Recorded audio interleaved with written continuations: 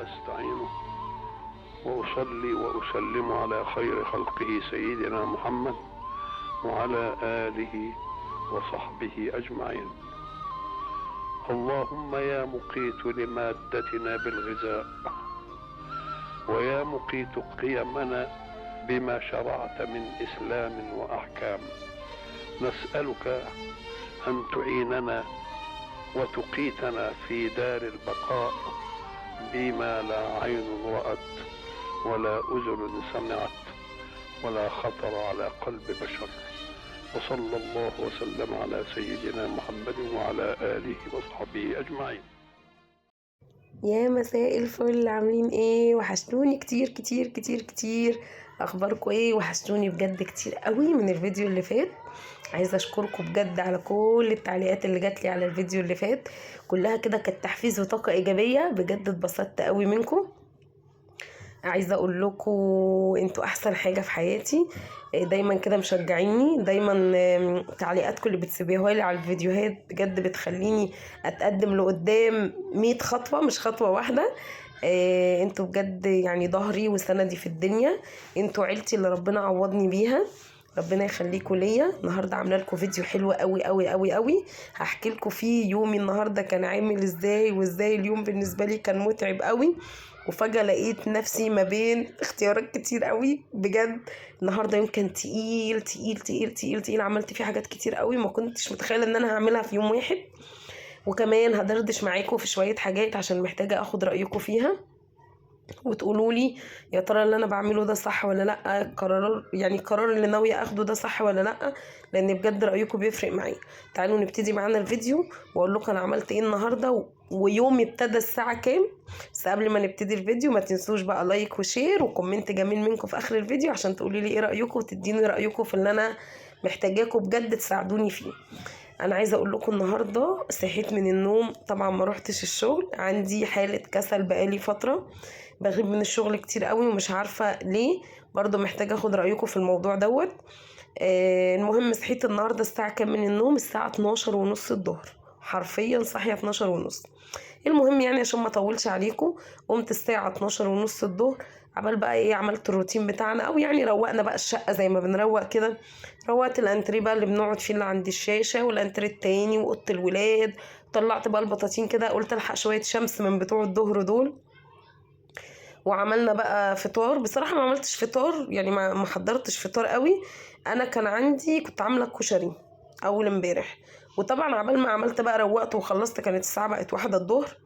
فبقول له جوزي نعمل فطار، قال لي فطار ايه بقى؟ خلاص بقى سخني الكشري وهناكل كده وخلاص. كلنا كشري الساعه 1 الظهر.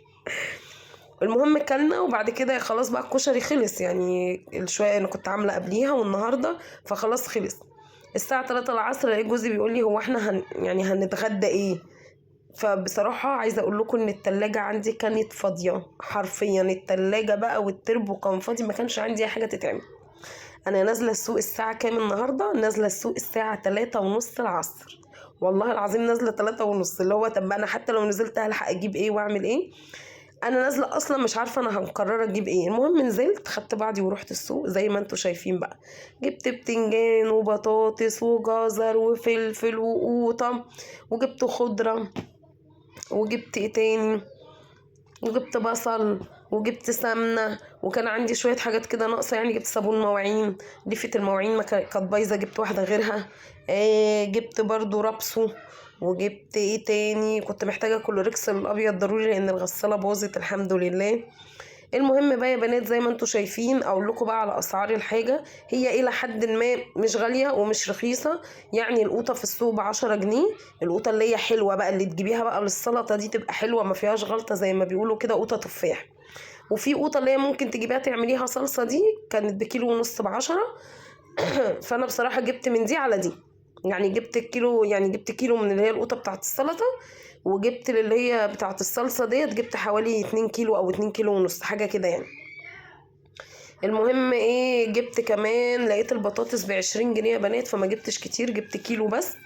وانا واقفه بقى في السوق، طب انا هجيب كل الحاجات دي، طب هطبخ ايه برضو؟ المهم طقت في دماغي اعمل محشي والله العظيم. طبعا انا في السوق نازله 3 ونص، فعبال ما لفيت ورحت كانت الساعه 4، يعني انا 4 وانا في السوق. المهم قلت خلاص بقى انا هعمل محشي، فجبت بقى بتنجان. البتنجان برضو جايباه تقريبا كيلو وربع ب10. عايزه اقول لكم انا ما بركزش في الاسعار قوي والله العظيم، يمكن دي اكتر حاجه بتخليني انسى ان ما بركزش في الاسعار. يعني انا بقف عند الراجل ده بكذا بوزن خلاص، ممكن انسى اصلا بكام عبال ما اروح. المهم بقى يا بنات جبت كمان فلفل. البرد لسه مأثر عليا. المهم انا بحب اجيب الفلفل بتاع المحشي يكون صغير شويه، مش كبير قوي ومش صغير قوي، يعني اللي هو الفلفل الوسط ده، لانه بيبقى مسكر وبيبقى في المحشي طعمه تحفه بصراحه، وبيبقى حجمه حلو. جبت بقى بتنجان، جبت 2 كيلو، وجبت كيلو فلفل. جبت بقى فلفل رومي وجبت عليه يعني حط لي يعني قولي مثلا كيلو الا ربع فلفل رومي وعليهم ربع فلفل حامي. وجبت كيلو بطاطس. البصل اللي غالي قوي لقيته ب28، فبصراحة ما جبتش غير كيلو. لقيت البطاطا في السوق حلوة جدا، عجبتني برضو. كانت عايزة افتكر جبت بكام. بصوا انا مش فاكرة سعرها بالظبط، بس هو انا وزنت البطاطا قال لي عاملة 15 جنيه، فانا بصراحة مش فاكرة كام كيلو عشان يعني ما اقولش سعر وخلاص. المهم بقى طلعت زي ما انتوا شايفين كده الحاجات اللي انا جبتها بقى كده، فضيتها في المنظمات بتاعتي. القوطة برضو طلعت الكمية اللي انا هعملها للمحشي، والباقي بقى سبته في التلاجة. قلت بقى بعد ما اخلص المحشي بتاعي خالص اطلع بقى بقية القوطة واصلصها كده، حتى لو عملت لي 3-4 اكياس حلوين. وكل مادة كده ايه وانا جاي من الشغل مثلا اجيب من عند الراجل اللي هي القوطة بتاعت الصلصة ديت، او مثلا جايبة 2 كيلو 3 كيلو. مش شرط ان انا اجيب الكمية على بعضها، لان طبعا انتوا عارفين الاسعار زي ما قلت لكم الثابته، يوم طالع ويوم نازل. وكمان انا بجيب على حسب ميزانيتي، يعني انتي ما تأيديش نفسك وتروحي مثلا لا انا ما معيش النهارده اجيب قوطه اعملها صلصه. لا، انتي ممكن تنزلي السوق حتى لو جبتي كيلو قوطه بتاع الصلصه وطلعتي صلصتي لو عمل لك كيس مش مشكله. كل مرة تنزلي السوق تجيبي قوطة من بتاعة الصلصة دي لو كيلو، مرة على مرة هتلاقي نفسك خزنتي كمية كويسة في الفريزر تنفعك طول فترة الشتاء مثلا او طول الصيف، على حسب انتي ما بتخزني القوطة بتاعتك ازاي. انا بعمل كده بصراحة يا بنات. انا مثلا نازلة مش شرط اكون نازلة اجيب طلبات للاسبوع، انتوا عارفين ان انا بشتغل، فانا راجعة من الشغل ممكن مثلا يبقى عندي حاجات بس البطاطس خلصت، فاعدي مثلا اجيب كيلو بطاطس. بصراحة البطاطس ب20 جنيه، فما بحاولش اجيب ازيد من كيلو. بحط الكيلو ده عندي كده، مثلا ممكن بالليل عايزين نتعشى ممكن احمر بطاطستين، اعمل مثلا جبنه بقوطه، نعمل مثلا شاي بلبن كده ونحمر بطاطس سندوتشات كده يعني. فهو كيلو.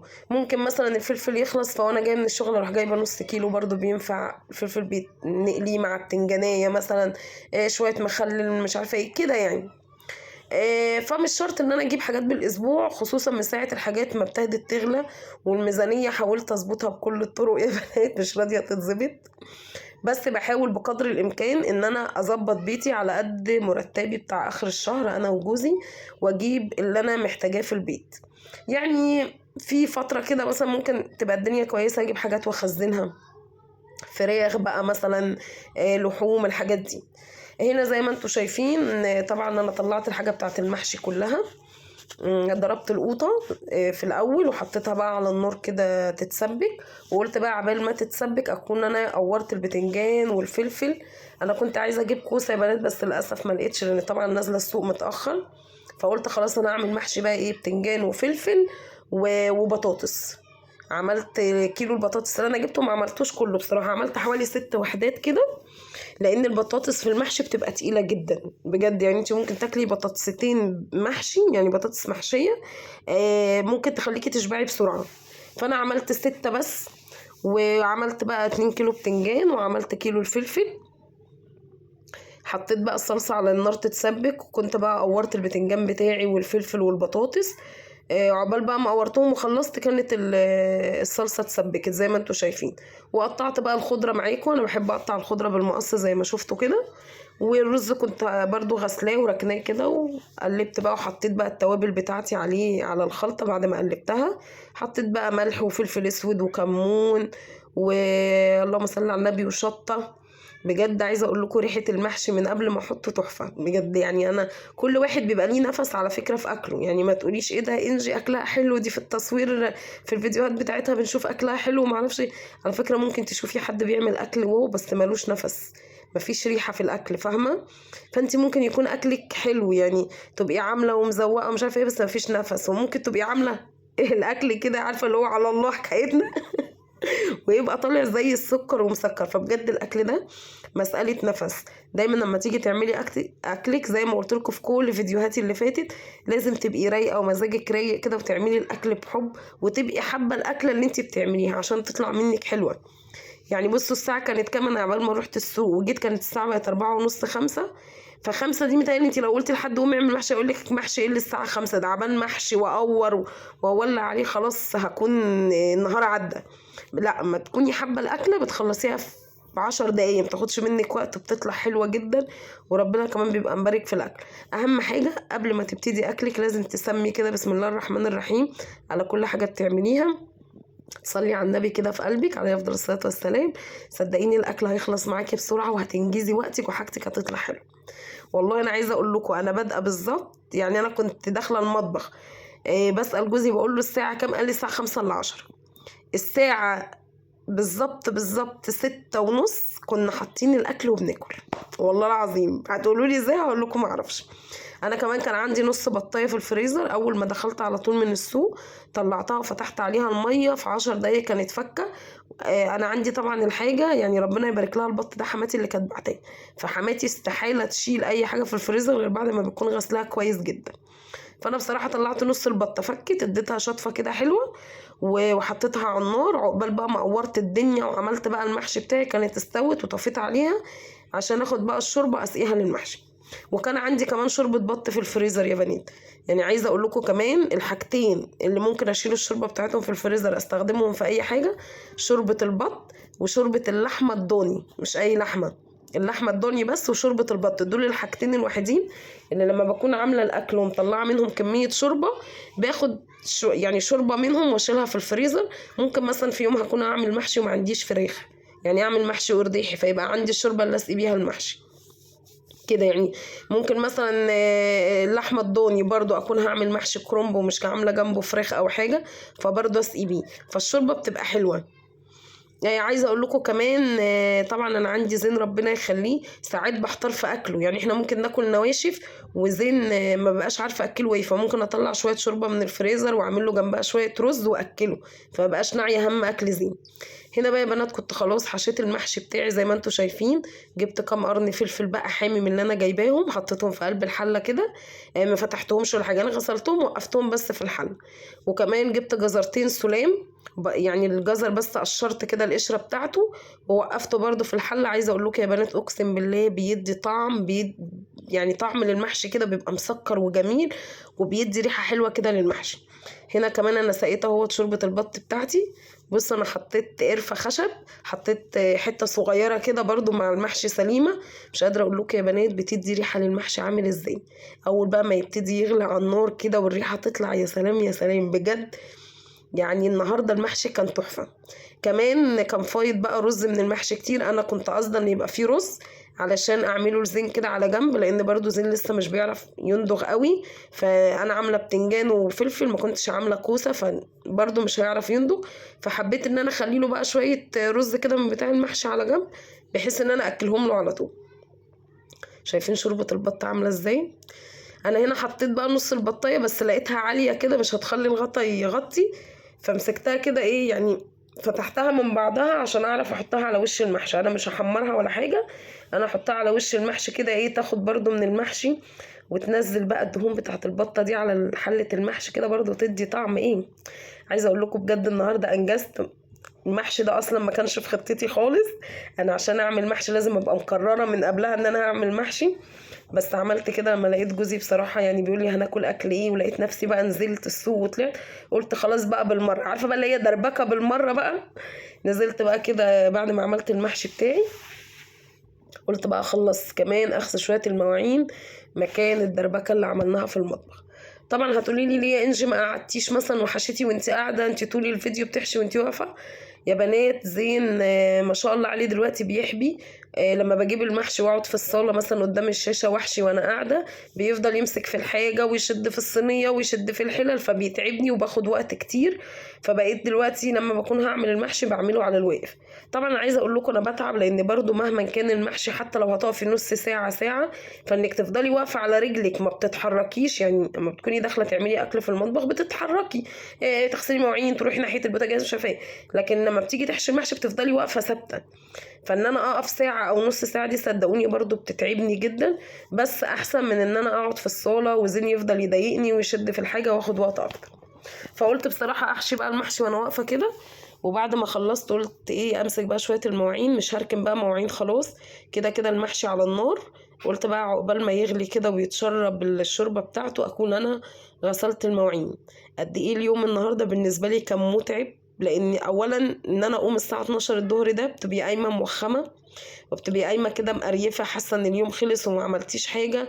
فصحيان البدري ده حاجه مفيده جدا بجد والله العظيم، مفيده جدا. كمان زي ما قلت لكم انا بقالي فتره ما بروحش الشغل، مش عارفه ليه، دايما كسلانه مش قادره اقوم. كنت واخده قرار كده عايزه برضو اخد رايكم فيه.